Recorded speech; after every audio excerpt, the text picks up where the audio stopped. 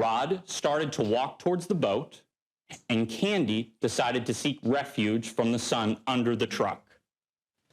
While walking towards his boat, he heard a voice call his name, and he started to hear Candy barking.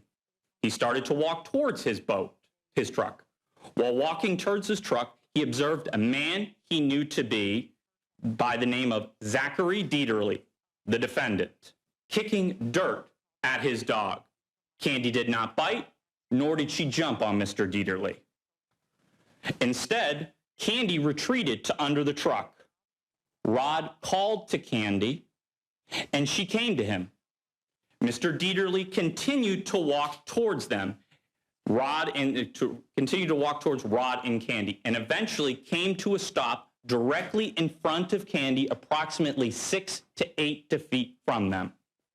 At this point, Rod was standing adjacent to Mr. Deaterly's left and immediately right to Candy.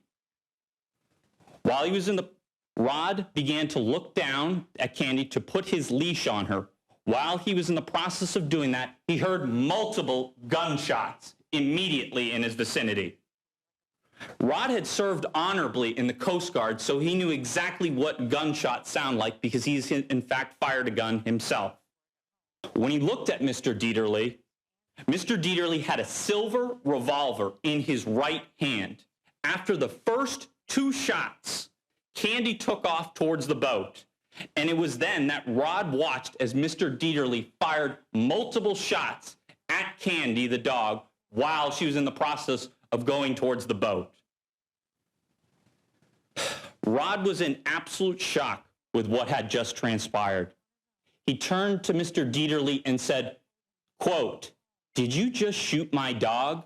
"Answer, Mr. Deaterly, you're damn right I did, and I would do it again." Rod was still in disbelief of what had transpired, but he knew Candy was hurt, so he followed her trail of blood to the boat and found her bleeding profusely on top of a bunch of life jackets in the cabin of the boat. Rod picked up Candy, who was motionless with fear, and took her to the truck to get her to a veterinarian hospital. Rod quickly drove up 41 to get to Sarasota Veterinarian Emergency Hospital, not knowing that one of his tires was actually flat. It was there Candy was seen by Dr. Wendy Ellis. The observations she made included internal bleeding and multiple gunshot wounds. Dr. Ellis told Rod that Candy was hurt real badly and that she would need emergency surgery if she were to survive, the cost of which was substantial.